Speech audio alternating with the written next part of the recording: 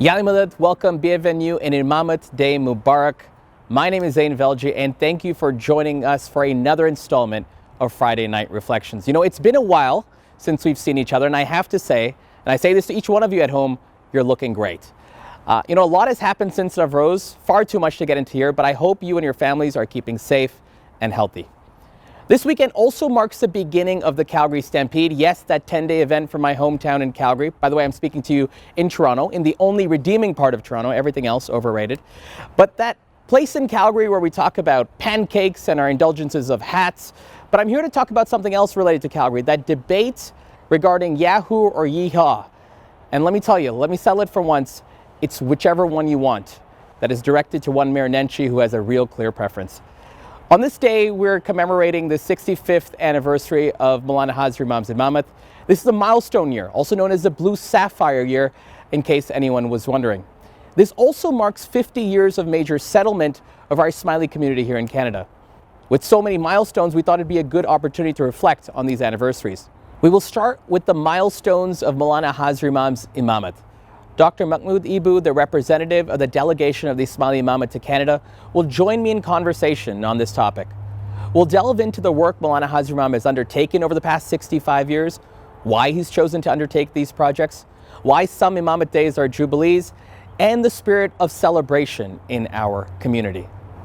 We conclude, as we usually do, with our soulful sounds, tonight with a special premiere of a work by K4. This is a fair amount to cover, so let us get started right away. I hope you're settled in for my conversation with Dr. Mahmoud Eboo. Dr. Mahmoud Eboo serves as the representative of the delegation of the Ismaili Imamat to Canada.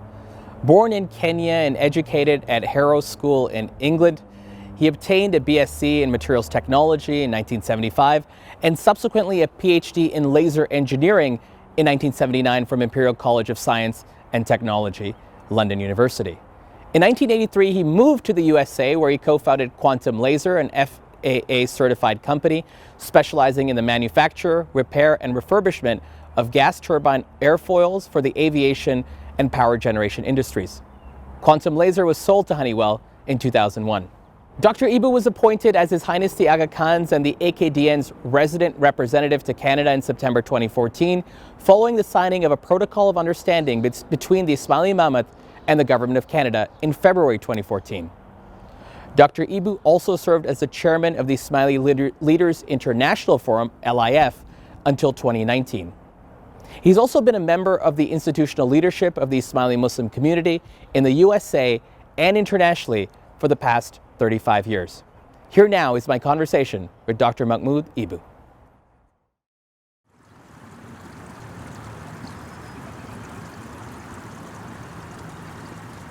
Dr. Eboo, thank you so much for joining me. I really appreciate having this conversation. And more importantly, I appreciate having it in the flesh.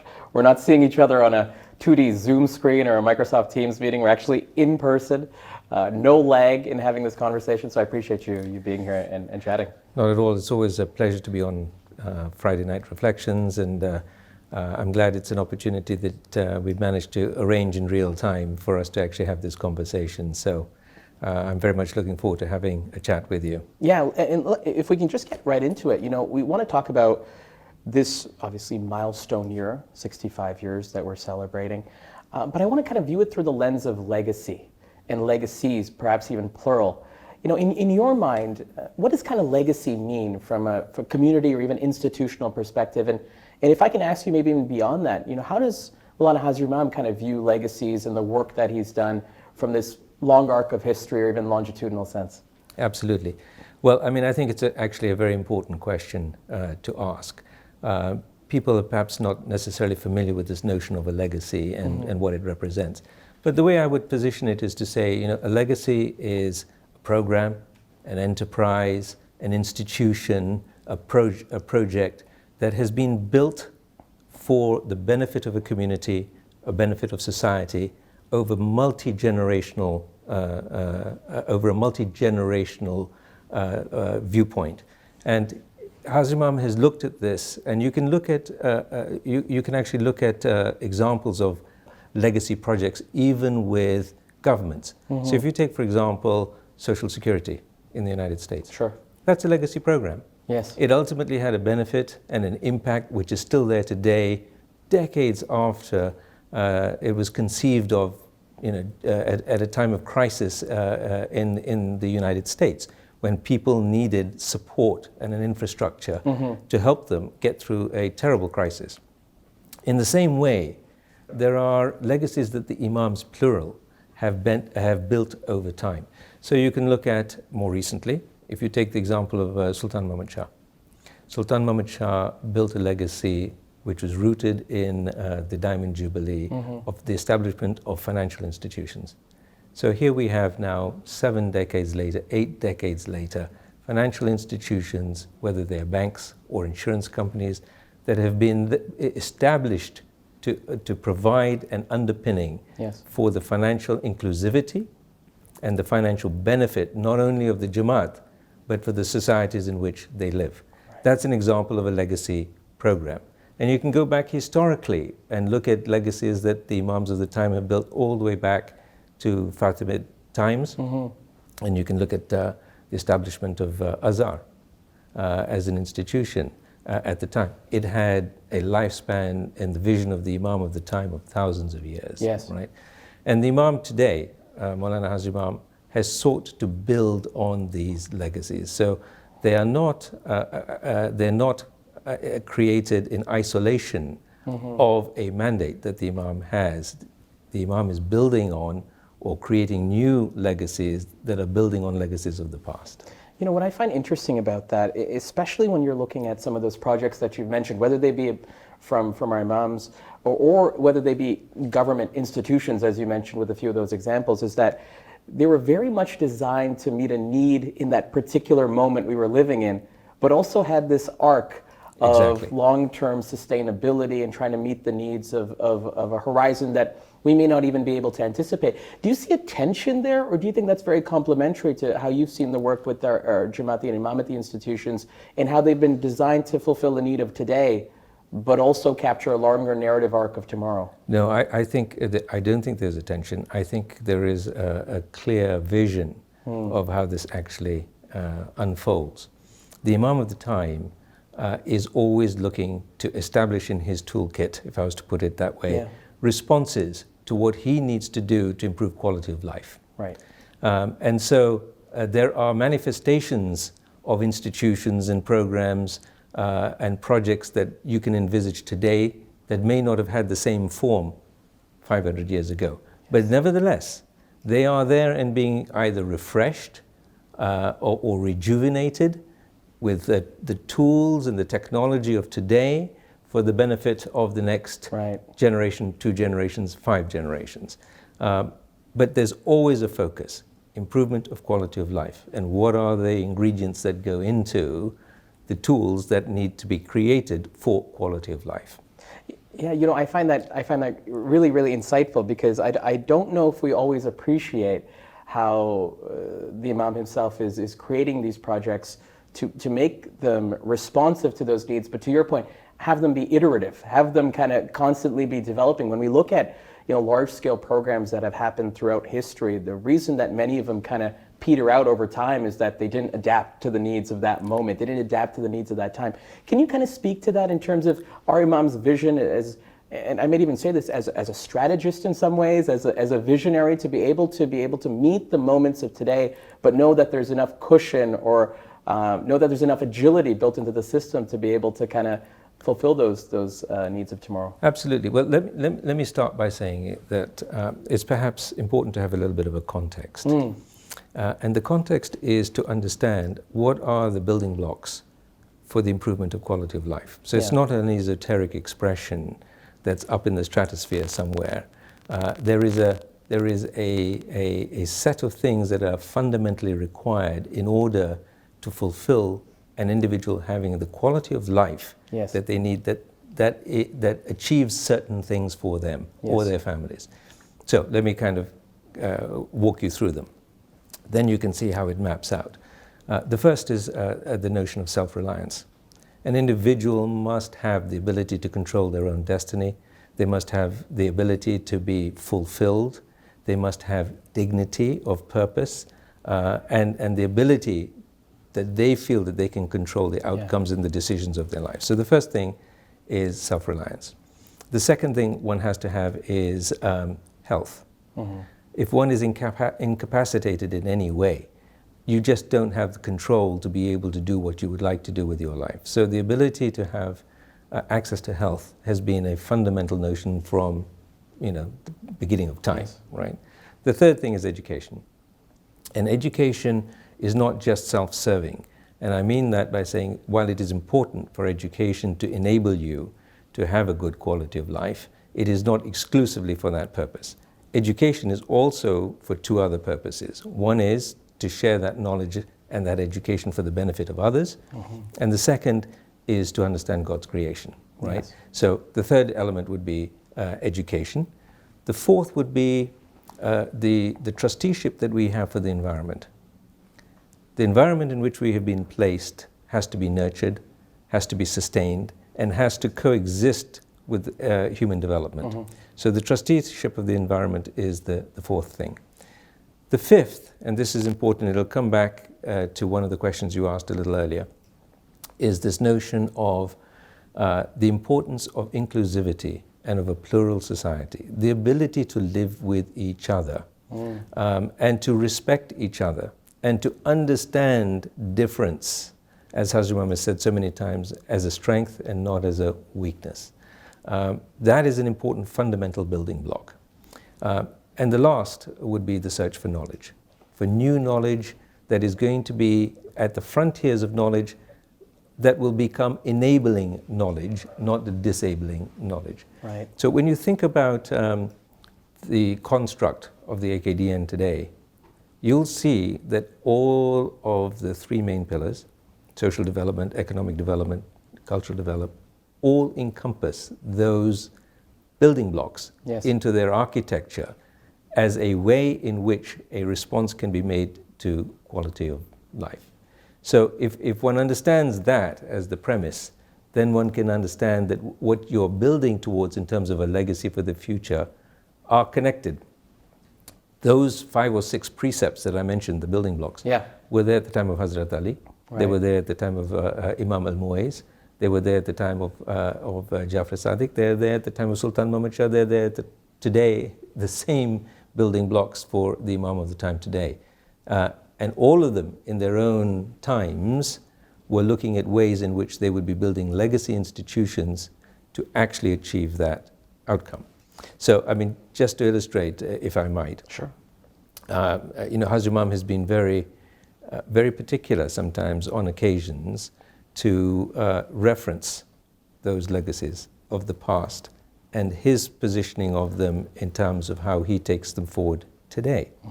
So if you go back to the Aga Khan Medical College, Hazrat Imam said at that time, in this Silver Jubilee year, celebrating my 25th anniversary of my accession to the Ismaili Imamat, today is a historic day in a true sense. The charter which His Excellency the President has been gracious enough to grant the new Aga Khan University creates the first university inspired by my family since Al-Azhar. Was founded by the Fatimid dynasty's capital of Cairo in 970. He's saying this 1,000 years before we laid the foundation stone of the Aga Khan Medical College on this site. So you can see that Hazrat Imam is relating, tying things to past legacies. At that time, what medical practice looked like was different, but the notion of knowledge, Azhar University, the notion of knowledge today is different. And you will see that today, when you look at the Aga Khan University as it stands today, is at the forefront of knowledge creation. Yes. Just a continuum of legacy from the past. It's quite powerful. Often in our community, we often, talk about how Maulana Hazrat Imam has had this ability to kind of see around corners in different ways, right? We've got to even colloquially be like, he was early on this, he was early on that. How did he know this was going to happen? I remember my dad, even personally, would refer back to one of his firmans where he talked about the knowledge society and computing becoming a huge part of our society and this ability to kind of see around corners. But what I'm understanding here and appreciating is that this is an extension of those building blocks. It's an extension of something that has been around for generations and has had a modern sort of spin to it, or a modern sort of elements of application to these fundamental core building blocks, which I don't think we appreciate enough. Exactly. I think the thing to understand is this. The mandate has been the same since the time of Hazrat Ali. In Tutsing, when Hazrat Imam spoke there to the Tutsing Evangelical Academy when he was given an award, I think it was 2005 or 2006, Hazrat Imam is looking at a group of people in the audience, all from faith backgrounds. And he very clearly sort of says that, it's not understood what I do. People think of it as philanthropy and they think of it as entrepreneurship, but what they don't understand is that it's my mandate. Yes. It's not a choice. I am fascinated and sometimes frustrated when representatives of the Western world, especially the Western media, try to describe the work of our Aga Khan Development Network in fields like education, health, the economy, media, and the building of social infrastructure, reflecting a certain historical tendency of the West to separate the secular from the religious. They often describe it either as philanthropy or entrepreneurship. What is not understood is that this work is for us a part of our institutional responsibility. It flows from the mandate of the office of the Imam to improve the quality of worldly life for the concerned communities. This is not Mr. Gates who has an opportunity or an option to say, look, I've made wealth, fantastic, but I'd like to give some of my wealth towards good causes. That's a choice. Yes. For the Imam, that's not a choice. Yes. It's a responsibility, a mandate to do this irrespective. So if you think about it as a mandate that emerges from the time of the teachings of the Prophet, what is rooted in the Quran, in the Holy Quran, and the first Imam, Hazrat Ali, you'll see that that gives the capacity to say, what we're on is a trajectory that's been there for 1400 years. Yes. Right? And it's going to be there for another 1400 years and more. The responsibility of the Imam then is to see how in the age of the time he can enable and ensure that those functions continue to serve and build on people's ability to have a quality of life. We talk about that mandate. Maybe I'll use that as a jumping off point to talk about how Maulana Hazrat Imam has been fulfilling that mandate for 65 years now. And before I kind of get into some of the milestones and the legacies, do you mind if I ask you kind of personally, as you've seen Maulana Hazrat Imam operate, try to execute on this mandate, what have you learned from him? What have you learned in terms of how he carries forward that mandate? What have you personally kind of seen that has maybe either surprised you or has kind of taught you yourself around how one carries through in a task so, if I can call it, overwhelming in some ways perhaps, or so gigantic in others? Just your reflections on looking at this particular Imam as we then talk about some of his milestones. Well, I mean, I think I've been in the system now for a great period of time. It's now approaching 35 years. Yes. And what I would say I've noted are certain characteristics of how Hazrat Imam goes about doing his work. Yeah. I think one of the great characteristics is patience. Hazrat Imam has the ability to see into the long term, and he doesn't deviate just for local, immediate problems. He may have to react to them. For example, yes, we had to react to the emergency of COVID and those sorts of exigencies that occur, or conflicts in certain parts of the world, where, like Afghanistan or Syria before that. But for the most part, Hazrat Imam has immense patience as he is building programs, as he is building institutions. I think the second thing that I've noticed is Hazrat Imam's drive for excellence. He does not create things that are mediocre. Yes. And if they are at risk of being mediocre, then he would rather not continue with them and find a new architecture or a new approach to solving the problem than presenting a solution that is mediocrity built into it. Yes. He wants best practice. He pushes hard for excellence. I think the third thing I've noticed is that he will always himself consult. Hazrat feels that the best solutions are derived by being inclusive of people's views. And he doesn't have to. No. You know, he doesn't have to ask me or anybody else what our views are. Yeah. But yeah. he values that opinion. He may not agree with it, but he even values that dissent, I imagine, by extension, to his, even that dissent to his perspective. Yes, absolutely. Yeah. You know, so he always consults. He always looks for various different views, perspectives, even if they don't agree with him, because that tells him something as well before he comes to a decision. And so what I've always learned is that Hazrat's decisions are always informed. They're always, there's nothing that's like a rushed decision, ever. It's always carefully thought out, carefully considered. Sometimes people may think, you know, it takes a long time for the Imam to make a decision, but there is a reason for that. And it's based on the fact that it is always a considered decision, because that decision has a timeline to it. It impacts people's lives for another 10 years or 20 years or 30 years. So I would say the third thing is this notion of consultation being there. Yes. And I would say probably the fourth thing is that he always looks for consensus of view. And that's important also in being able to be inclusive as well. So over the years I've come to sort of realize that there is a certain approach that Hazrat Imam has in how he actually conducts the business of the Imamat. And these sort of characteristics are always there. So I never now feel so rushed to say, well, why is this decision not coming? Right. I know there's a good reason why it's not coming, and it's taking time because it needs thought before it would actually, before the Imam is ready to make a decision. So I think those are sort of 3 or 4 characteristics that come to my mind immediately in terms of my own experience with this. No, and that's quite fascinating, because not only have we been recipients of some of these core, essential sort of, if you can call them skills, or the temperament Hazrat Imam's kind of brought to the work, but we've also kind of been able to experience the benefits from a societal perspective of this work, of taking this sort of approach of nothing short of excellence, of thoughtful deliberation.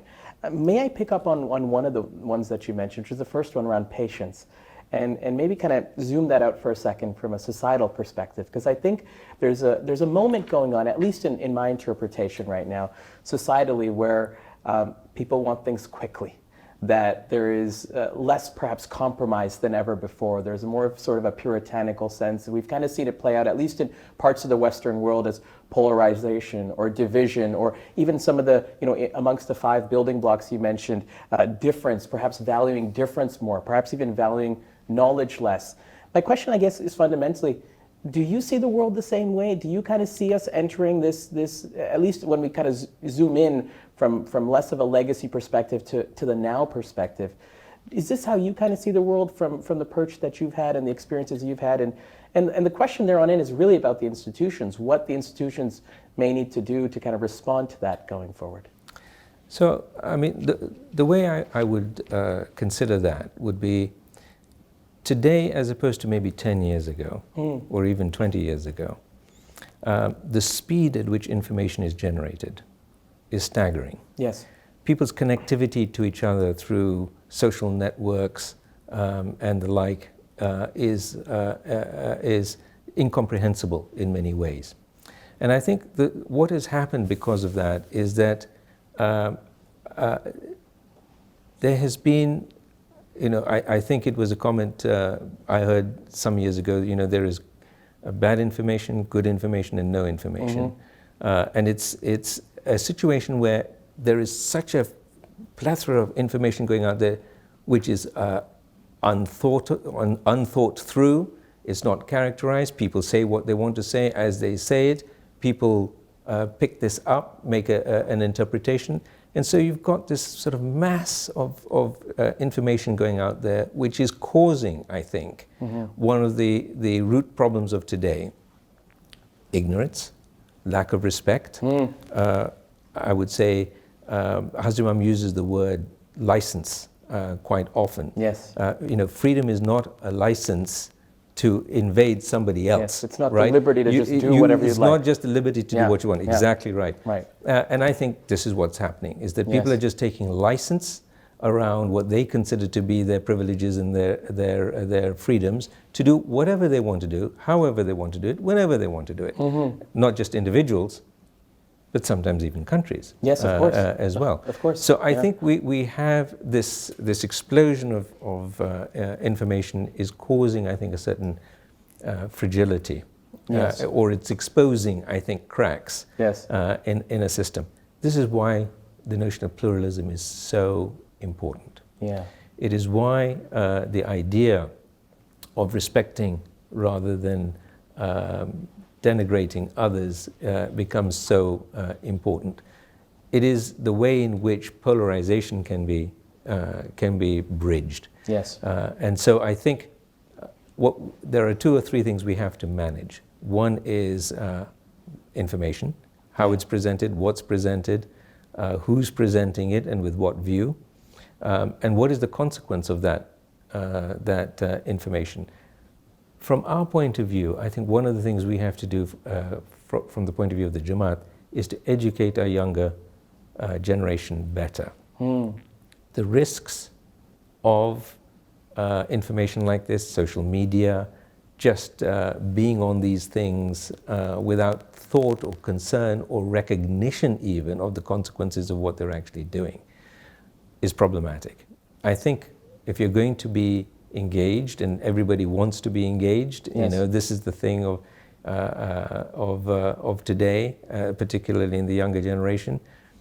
It's to be thoughtful about how you engage, to understand the risks of what you're going to face if things go awry.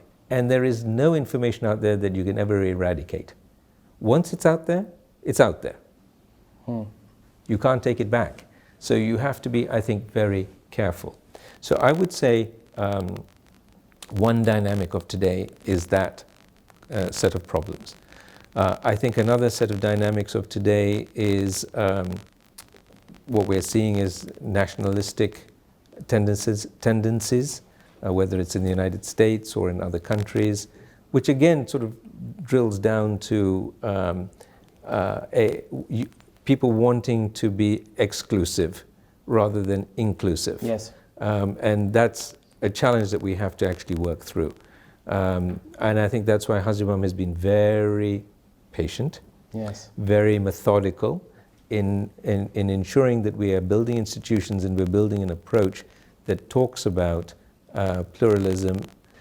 And I think that's why over the last 10 years or 15 years or so, certainly through till if you look back to the Golden Jubilee, you'll note that there isn't a single speech that Hazrat Imam makes where he doesn't refer to this notion of pluralism. It is so fundamentally important to the ability for human society to function harmoniously. And I think, as you look at the problems of today, it's driven by the antithesis of pluralism. It's the actual opposite. And we just have to be, again, patient, thoughtful in our approach to working towards educating people that there is less to be afraid of than more to be afraid of by difference. Because that's what's driving it at the end of the day. It's this notion of difference being something that's going to hurt you. You're not my color, you're not my gender, you're not my whatever it may be. You're a threat. And you're a threat. Exactly. You're a threat. That we have to overcome. And whether it's with the Muslim world or even with the Christian world for that matter, these fissures exist. And that's what I think we have to try and overcome. And I think that's what Hazrat Imam is pushing. Do you mind if I kind of pick up on something that you mentioned there? And I know you kind of made a comment towards the youth, but I might kind of broaden it a bit, which is those individuals who clearly have seen the work of the Imam, the values that he speaks of over the course of the last 65 years, they've embodied. They want to, live by. They want to help. They want to bridge those inequities that they see amongst the pillars and the building blocks you've mentioned. but they also see an opportunity for speed. They also see an opportunity for social media actually allows us to do things faster, bridge those inequities much quicker, not having to wait decades for certain things. I'd be curious to get your reflections on that as we see the methodical patience of our Imam viewing, as we've been discussing, legacy that extends significantly beyond even his own imamate. And then these moments that we find ourselves in as individuals that'll be on this earth for a shorter period of time to say, how do we take action now? Shouldn't we do it fast? Shouldn't we accelerate? Curious to get your thoughts on that.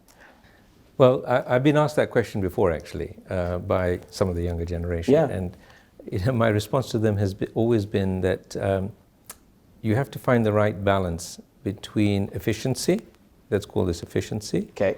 And thought-less reaction.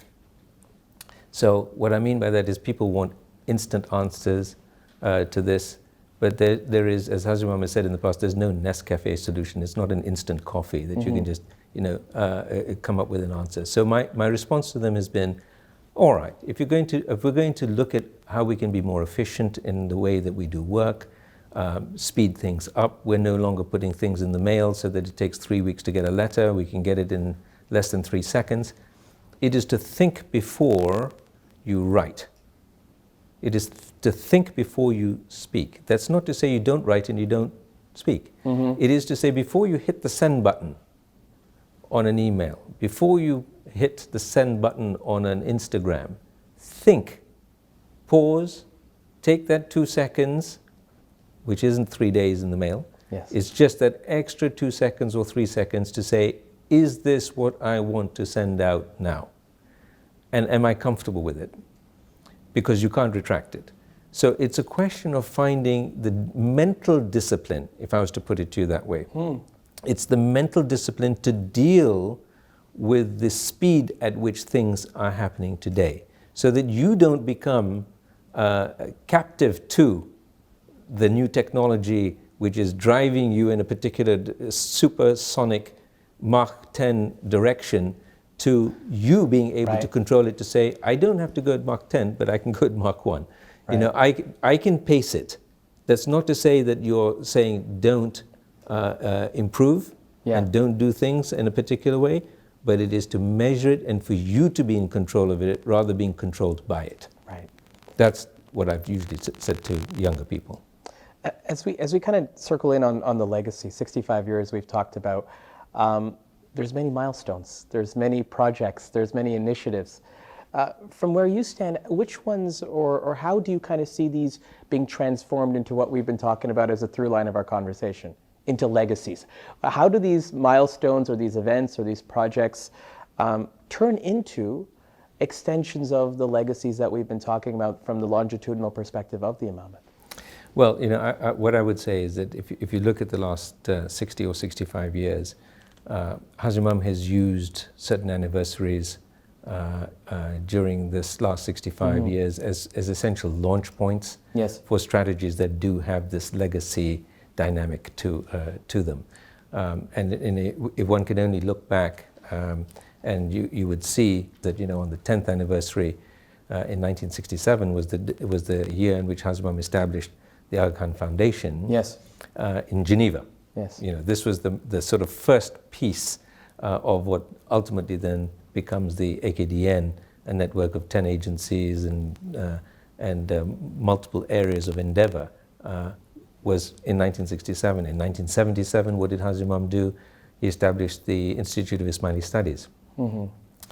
Another milestone. And what is important, if you think about the Institute of Ismaili Studies, is that it is the first institution of its kind today that is dedicated to Shia studies. Today, anybody who wants to know anything about Shia studies or the Shia world, their first point of reference is the Institute of Ismaili Studies. That is where we have the depository of Shia scholarship. It is where all of these publications that you've seen over the last 10, 20 years that have taken appropriate scholarship to the content of those books that have been published. They are authentic. And it has been fundamentally important to ensure that in the wider world today, Shia Islam is understood correctly. Its history, its trajectory, its cultures, its traditions, its theology even, Yes. has been understood correctly. That's a legacy, because that's going to be there for decades, if not centuries, to come. Yes. Something like that. It was also the year in which the Award for Architecture was established. And you might say, well, why an award for architecture? Again, it's a legacy because it bridges this notion of the environment with Yes. the built environment and spaces which are important for society to function in harmoniously. Yes. So if you look at the award kinds of projects, they're not pretty buildings necessarily. Yeah. They're buildings in which one is assessing how have they responded to the needs of a community. Right. What have they done that's been creative, Yes. right, and responsible to the environment itself. That's another set of legacies, not necessarily in the award itself, but in the way in which we think about the built environment and what it does and what its impact is. So you can see that over the course of these last 65 years, the Silver Jubilee was a launch point for the Ismaili centers. You know, we're sitting in an Ismaili center today. You might ask, well, what's the importance of an Ismaili center? Yeah. They are a representation of the values and ethics of the Ismaili Muslim community. They are spaces for ambassadorial dialogue. They are there to ensure that we have the ability to be inclusive Yes. in our conversations. Yes. That we have the ability to engage in a space that is welcoming and that reflects who we are as a community. These are the reasons why these Ismaili centers have been built and why Hazrat Imam has spent so much time and attention to their physical architecture as well. They make a statement. Yes. In how they've been constructed as well. Aga Khan University as well. Yes. And then you go on at the time, I would say 1986. What was important about that milestone, 86, 87, was the Ismaili Constitution. Right. It was signed on Hazrat Imam's 50th birthday, promulgated on the 30th anniversary in 87.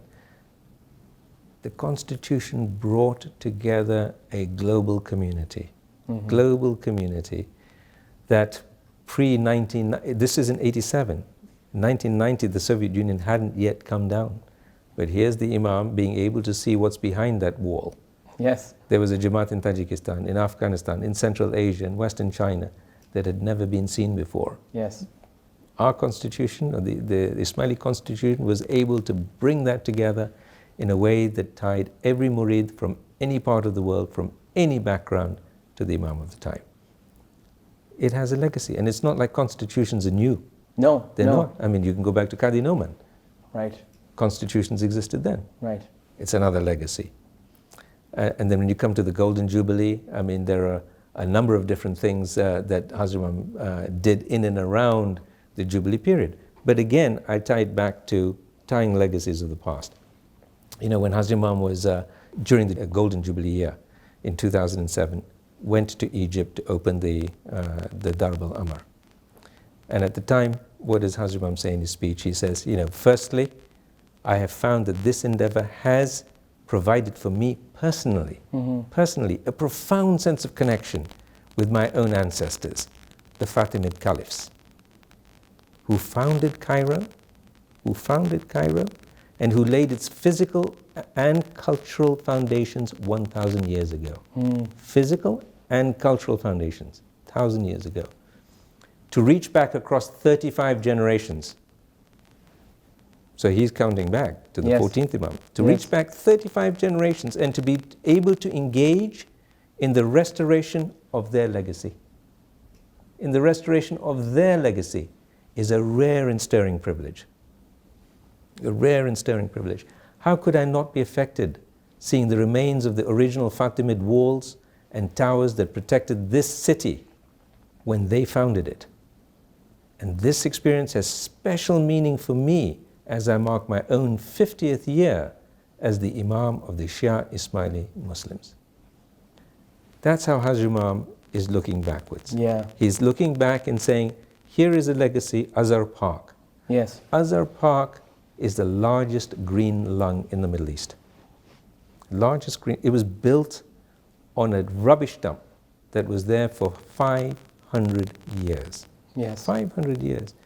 Look at the transformational characteristics. Legacies need to be transformative. They need to change what is happening in a society or an individual. Yes. Think of how Azhar Park has changed Egypt. Yes. How it has brought people together. You can sit in Azhar Park in this beautiful green environment, and you will see people from every background, every faith group, sitting there, enjoying the space with their families. Think of the social cohesion. Mm-hmm. Think of the economic development in the Dar al-Amma around it. Yes. What it did to slums. It revitalized a whole community that had been in poverty for centuries. That's a legacy. Yes. And that's how, when I tie legacies to some of the things that the Imam has done in his 65 years, you can look back and you can begin to tie some of these things not only to institutions that were located with legacies of the past, yes, but are now going to leave new legacies for the future.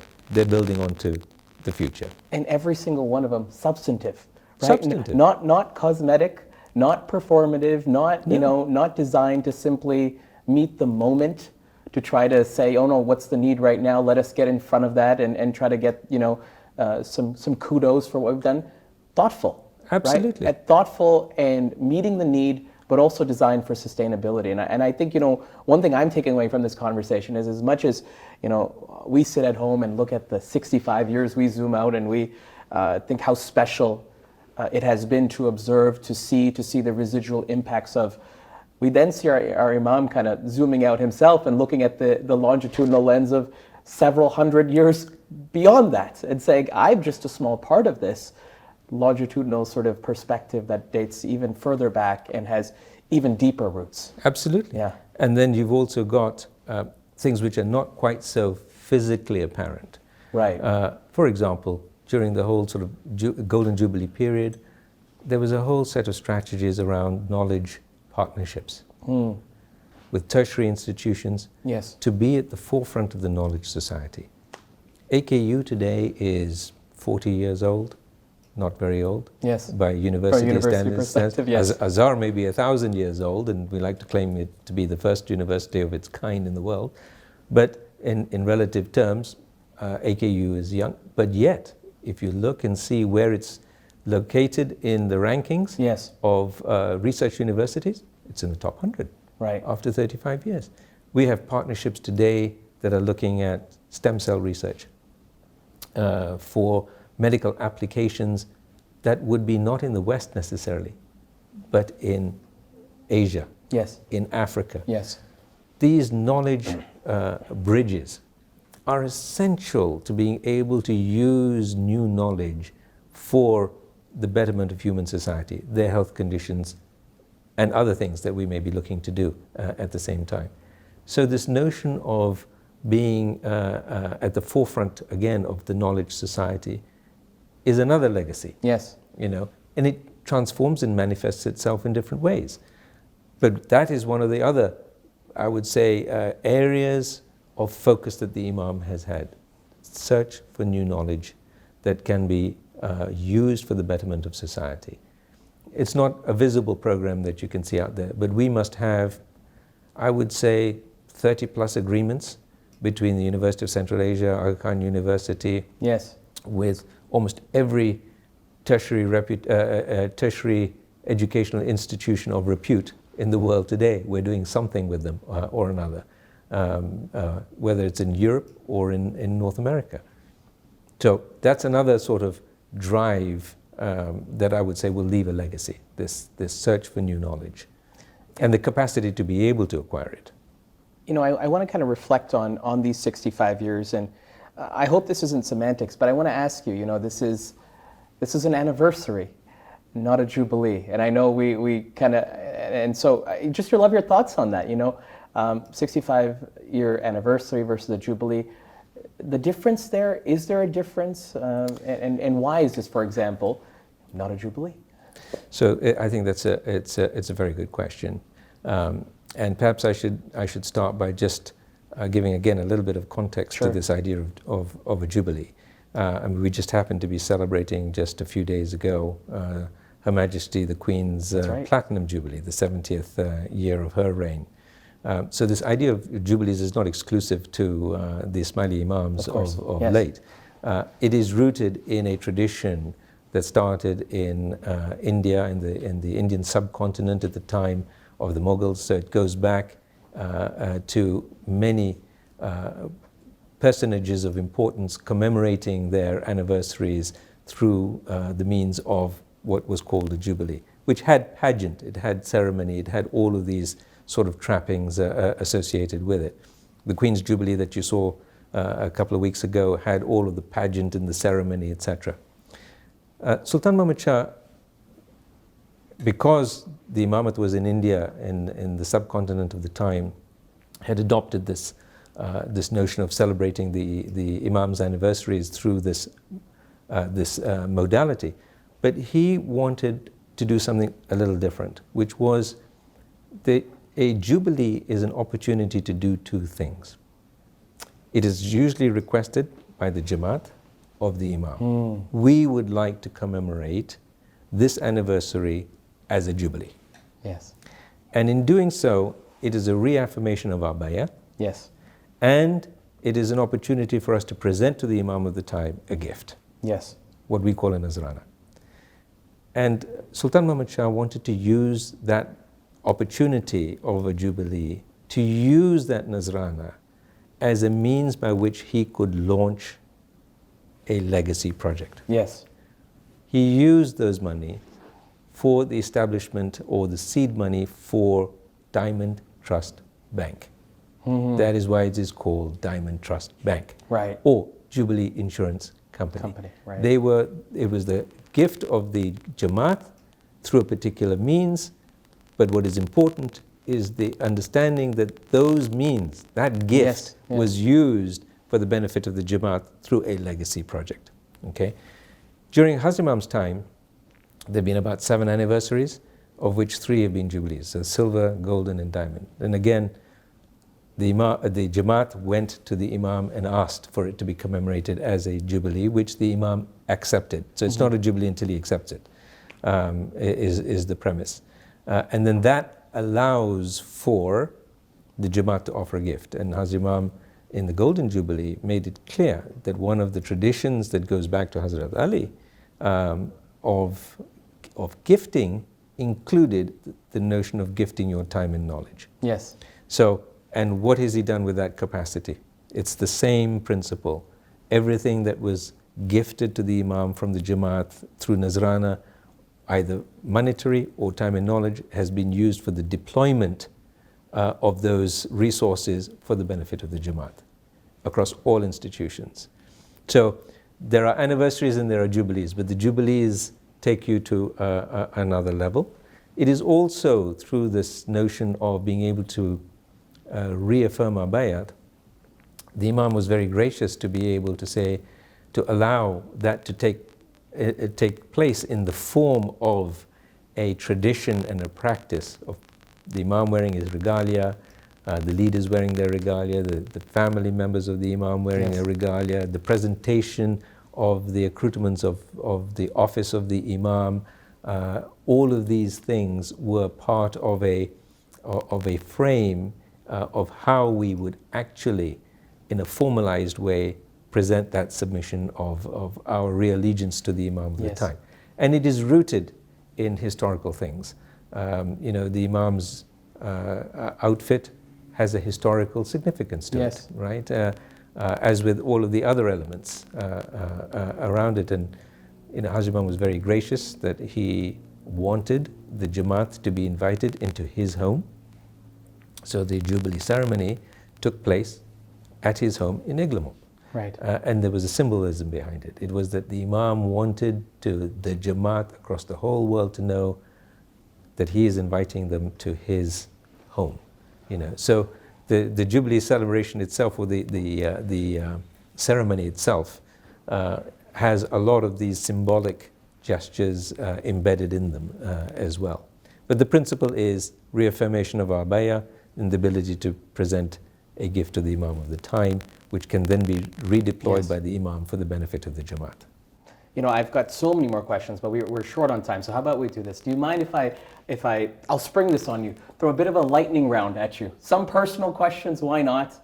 And then I've got some final substantive question I want to hear from you on. But do you mind if I just throw a couple of things at you, just see where you stand on them? Throw. Let me throw a softball at you. Canada or the United States? Now you are an American, am I right by saying that? I'm British. You're British. Okay, so you're British, but you lived in the United States. I did. I am American. So let too. me throw the third one: Canada, USA, or England? What's the choice? England. Oh, the correct answer is Canada. I gave you a softball there. It was a softball. Okay, we're sitting here in Toronto. You live in Ottawa, right? Indeed. Ottawa or Toronto?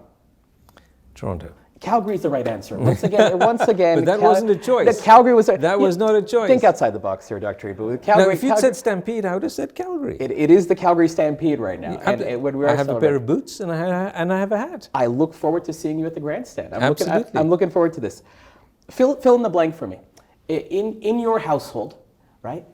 Kushali is not complete without. Fill in the blank.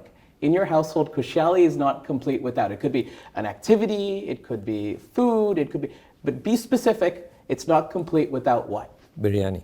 Biryani. Another question for you. You know, let's get a little serious for a second. If one skill or characteristic or trait that you've observed, and we talked about how you've been in these institutions for such a long time now, had the unique privilege of having an intimate working relationship with Maulana Hazrat Imam. One skill, characteristic, or trait you've learned from Maulana Hazrat Imam as you've experienced working with him, have you experienced dealing with him? Humility. No question in my mind. Humility. You can see that the Imam is the Imam of the time, but his humility and how he approaches you, how he approaches people, whether they're members of his Jamat or whether they are heads of state, there is a humility in his demeanor, there's a humility in his voice, there's a humility in his language, there's a humility in his approach.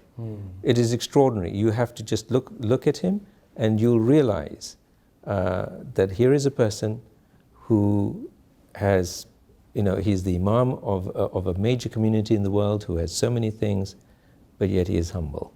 And it's a characteristic I like to tell other leaders that we need to emulate as much as we can, is never lose sight of the fact that we are actually serving at his pleasure to serve his Jamat. Right. And we should never let that go to our heads.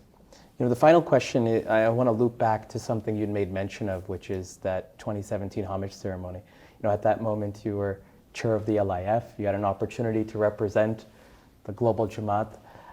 Whether it's a story or an anecdote or a memory you have of that, to round us out as we talk about Maulana Hazrat Imam's 65 years, would you mind sharing something from that special day that you got to experience representing the worldwide Jamat?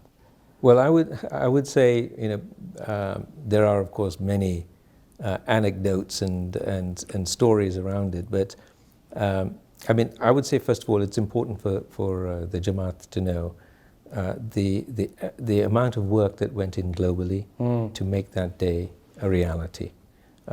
Whether it was prepping the singers of the Ginan who were singing the Ginan during the procession, whether it was the preparation of the Nasheed al-Imama as a live performance. This was recorded in Toronto with the 70-piece Toronto Symphony Orchestra, and you're now going to try and play that with 12 people? Yeah.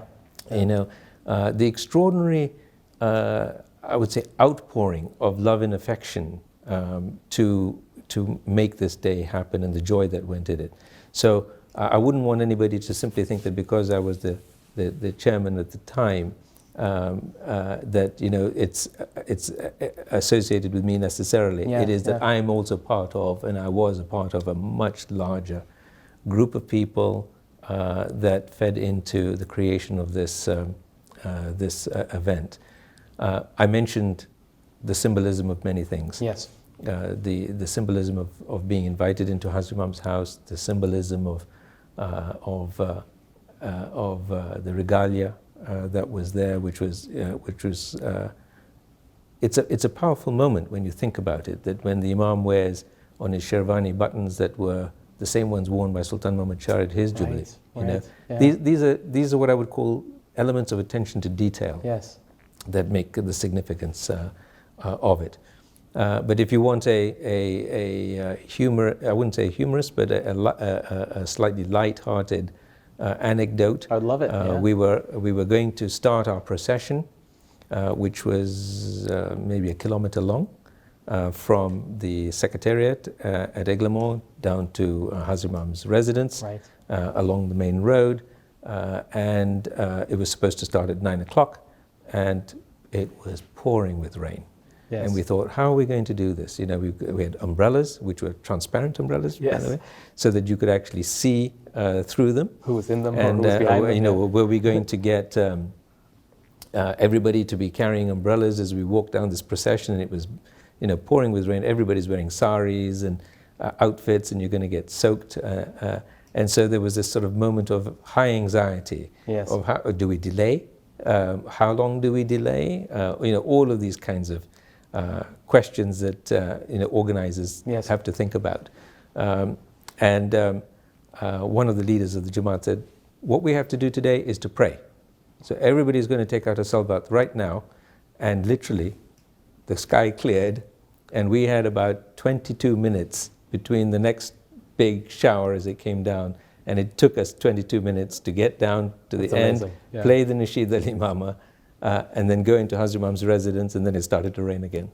That's an incredible So you can look at that how you will, but we will always look back and smile on that, and you'd have to say to yourself, you know, there is something about having that Yes. absolutely unequivocal faith in a particular moment. Absolutely. Dr. Eboo, thank you so much for this conversation as we commemorate the 65 years of Imamat of our Maulana Hazrat Imam. I really appreciate your time. I really appreciate your insights, and I really appreciate you sharing so candidly your thoughts and your stories. So thank you. Pleasure to be here. Thank you. We conclude this evening's Friday Night Reflections with our soulful sounds. Tonight's piece is the latest track by Calgary-based K4 entitled Euphoria. This piece speaks to the strength gained through Hazrat Imam's continued love and guidance. I also want to say thank you for joining us this evening as we say goodbye. I hope that you have had a wonderful weekend, either with cake or sherbet, or with the Stampede's famous mini donuts. And it's yee-haw or yahoo, it's all good. Don't worry about it, former Mayor Nenshi. You are the former mayor now, so it doesn't matter to you anymore. Keep safe, have a great evening, and one more thing. Tonight is the 75th episode of Friday Night Reflections. And doing 75 of anything is a huge feat, but having seen the work that these tireless individuals put into Friday Night Reflections, it's even more impressive. The coordination, the logistics, the interviews, the sacrifice in editing. So to all that are involved in Friday Night Reflections, it's not just the folks that are in front of the camera. In fact, right now, there are 4 people here that are helping me. There's one on the camera, one with the teleprompter, one with the light, one just folding his arms looking very authoritative. I don't know what he does. Regardless, all the people here who've helped put Friday Night Reflections together over the past couple of years, kudos to you and congratulations. And thank you for putting out something that has kept our community together and connected over the past couple of years.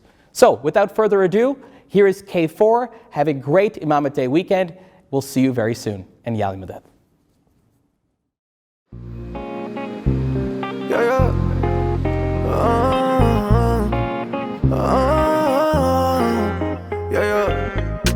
Around the world we united, green and red got us feeling like flying. I never felt so excited, side to side, celebrate all the times we tried. No, no, you would never put us to the side. No, no, even when we wanna cry. No, yeah, you always get us to the fight. No, no, yeah. Taking a breath but falling apart. I don't wanna lose my way.